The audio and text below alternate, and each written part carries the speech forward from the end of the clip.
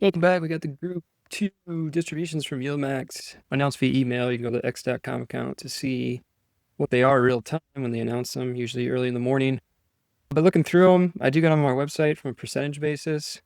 But overall, looking at them, they look a little light, at least relative to past ones, just from a general distribution perspective.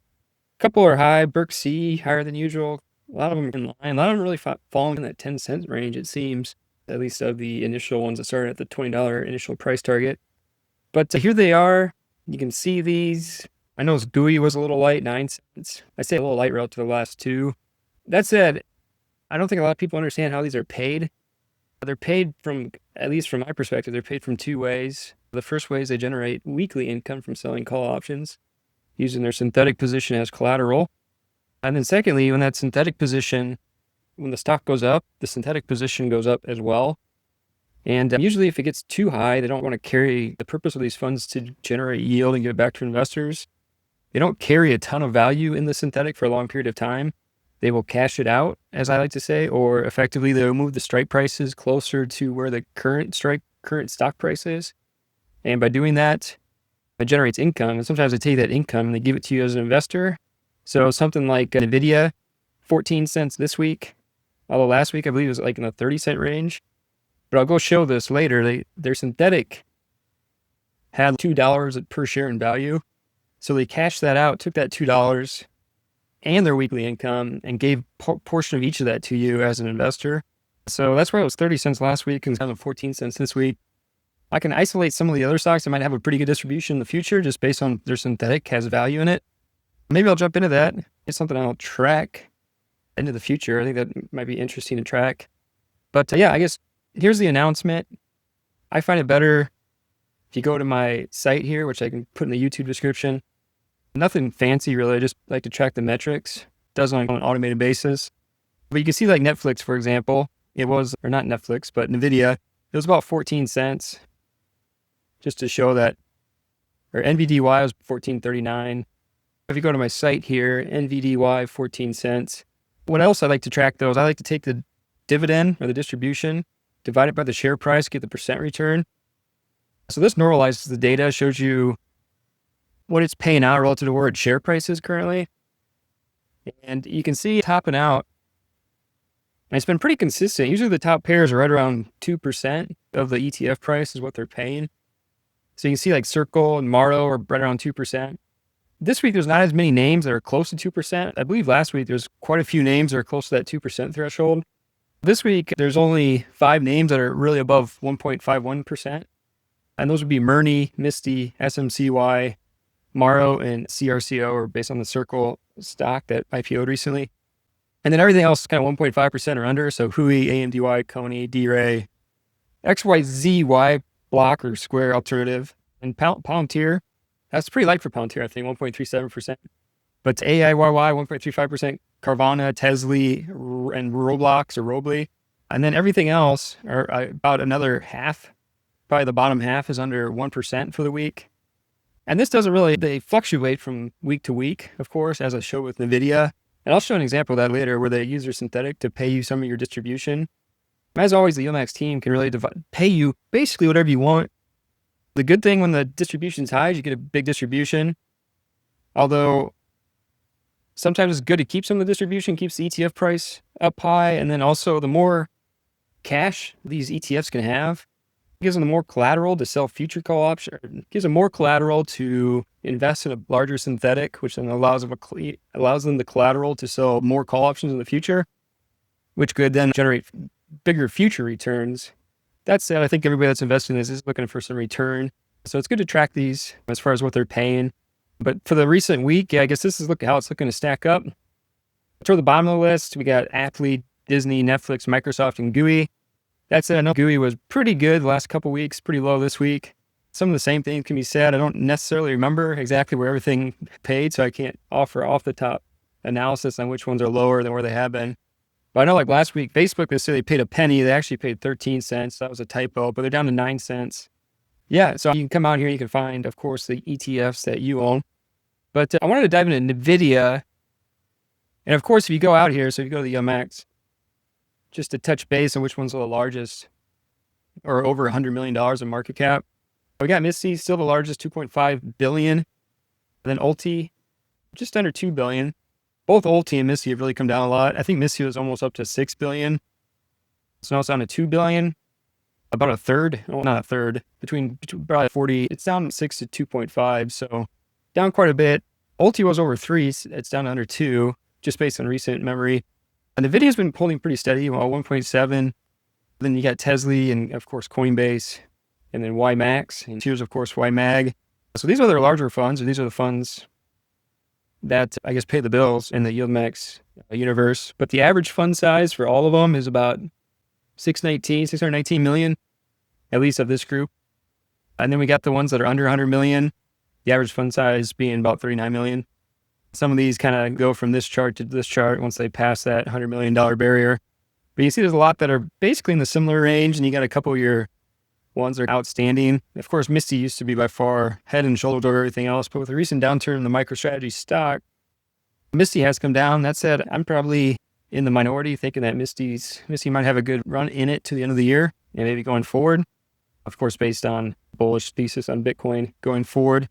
But that said, jumping into NVIDIA quick, just taking a look at how they're paying their distribution. So of course, this is what I like to track here. So you can see their distribution when they went to weekly, it started at 10 cents, then 12 and 18, and then a pretty big one, almost 32 cents, and we're back down to 14 cents. Not terrible, but like, why is that one 32 cents and why is this one 14 cents? If you go into kind of this in-depth feature here, I like to show where, could give it an illustrative perspective of where NVIDIA's call options they have sold currently are at. But then down in this chart here, we track the components of this fund. And when I say components of the fund, what I like to mean is the fund has what I like to think of as maybe 4 components, 3 components that add up into the ETF price. So the ETF price of NVDY, it's 1562 real time. As of when I updated the code, it's 1567.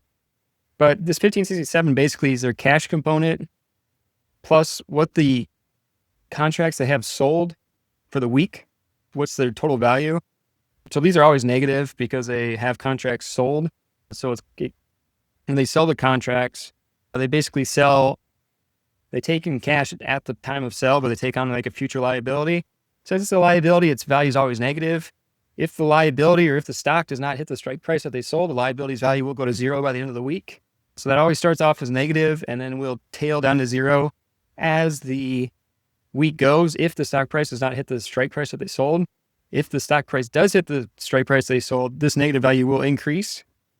However, that said, usually the synthetic, so the synthetic's the third component. What that is, they buy a call and of course sell a put to mimic the owning the underlying shares. Usually if the stock goes up and it goes past where the contracts they have sold for the week, usually this will go negative, but the synthetic will go positive, and they'll usually cancel each other out. So basically your upside will be capped at that period. But you can see right now for the video, they got a slight negative synthetic value and a slight negative other contract value. So those are the components currently as of today's snapshot. However, if you track those over time, which I like to do down here, you can see recently, when I was saying the last one was pretty good, so the last distribution was, let's take a look.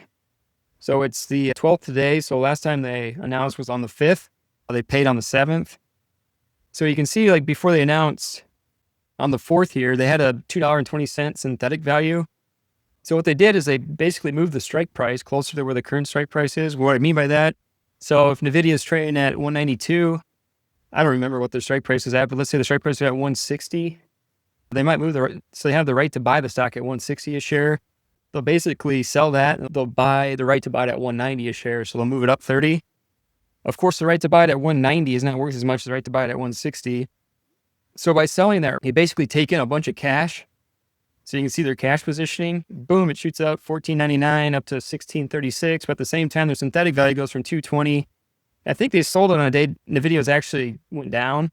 So they probably moved this close to 0. Then NVIDIA went down some from when they established it. So it went from $2.20 all the way to negative 44 cents. That said, they did sell the other contracts. And so they had money from that, and they had money from the synthetic, and they basically used it to pay that 30-cent dividend or distribution last week. And you can see, even with paying that 30-cent distribution, their cash positioning actually continued to go higher. That's basically why that one was so big. They basically said, we take took some of our weekly income and we added it to some of our synthetic gains. We paid that out to an investor. And I'm not sure of the exact laws of these funds, but they do have to pay out a certain percentage to you. So when they do cash out the synthetics or when they sell their weekly calls, they have to, I think it was like 90% or so they're required to pay out over a certain time frame. So they took some of that and they paid it out to you, which led to the pretty good distribution last week. That said, they got their cash positioning right now. It looks like they must have used, I guess I'd have to check the synthetics where they're structured at. If you follow where the synthetics are, and what I mean by that is, so if you go to their positioning right now, you can see they got synthetic strikes set at 165 and 170. Oh, that doesn't, I'll have to check on that. Because if that was the case, the synthetic would actually be, because the stock price is at 192. I'll go check on that. If that was the case, the synthetic would actually be positive. So something got screwed up. I will go check on that quickly. But that's basically why NVIDIA is paying what it is paying. What I mean, if we go to Misty here, so you can see they got synthetics at 255 all the way up to 300. Stocks trading at 223. So of course, with the stocks below all the synthetics, they got a pretty good synthetic value that's below 0. That said, let me check on just pulling in the NVDY here. So I pull all their funds, of course, from their website, which you can too. Go down here. They got some of the holdings listed. That said, you can download all their holdings. Of course, open this in an Excel spreadsheet. Give it a second to open.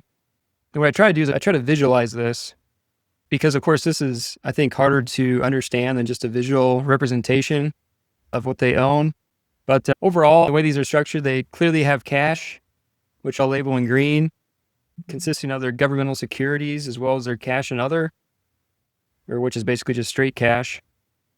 And they got it up there, and they also got a bunch of treasury bills down here, so I'll label those in green. And then their synthetics, let me think, I'll label those in maybe like a blue work, I think so.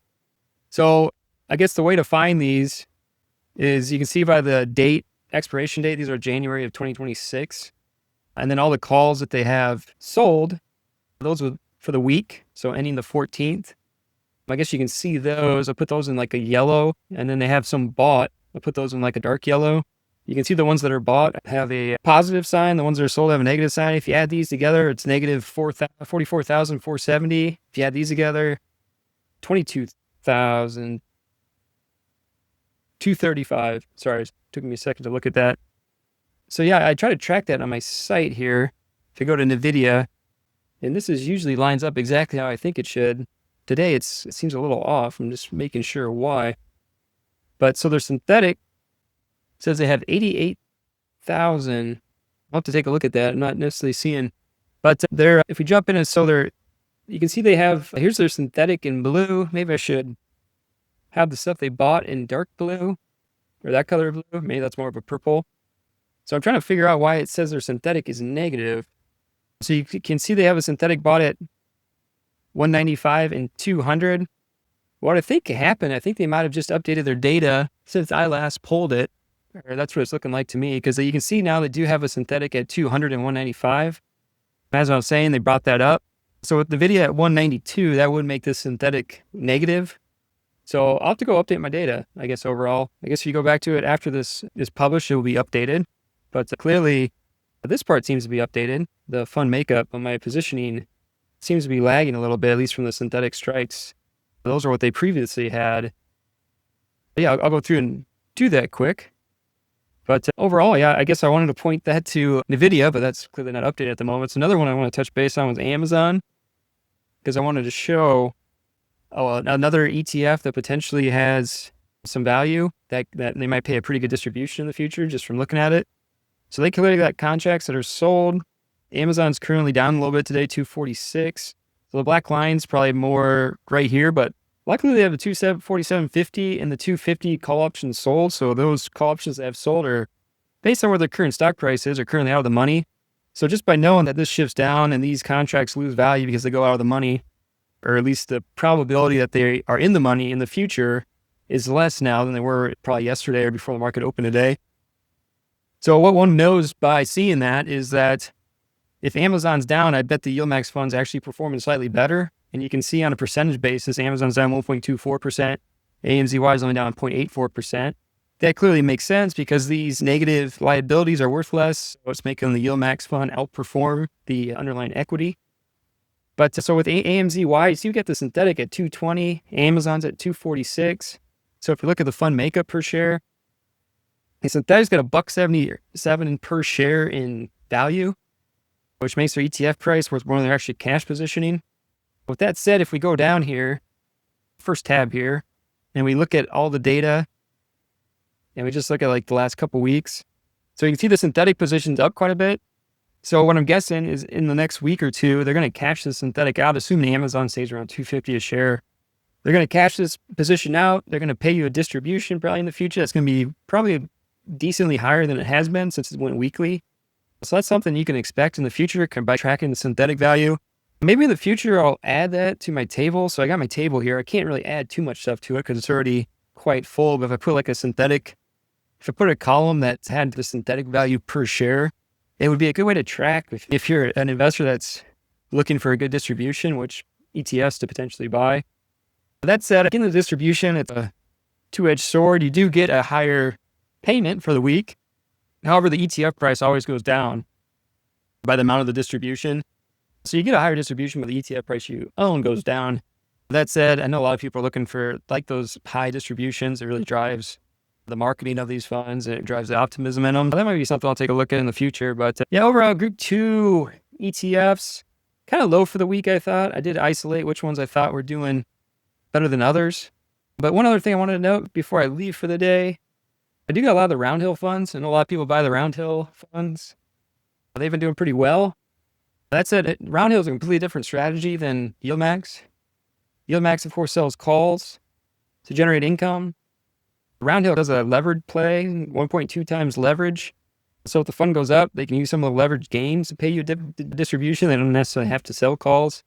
At least I think that's how it was explained to me. They can sell calls to generate income, or they can just use some of their levered proceeds to sell. So the way I like to think about it is they got some shares and they potentially have some call options.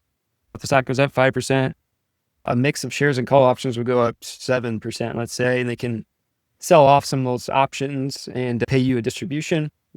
Of course, correct me if I'm wrong, but that's what I understand at the moment. Here's some of the single stock ones. With all of these, I guess if you go to current distribution, I will note the current distribution does not update until it goes ex-dividend. So these, if they announce new distributions, these will not be updated until they go ex-dividend or until they pay you. So you might think they're a little backward looking, or these recent dividends, I should say, represent the last dividend that was paid to you as a shareholder. So I basically got these down. And of course, like previously, you can sort them by what's been returning the best. You saw with the YieldMax funds, it was kind of like a 2% upper limit. With these ones, you got ARMW, that was a 2.76%, HUI, 2.21%.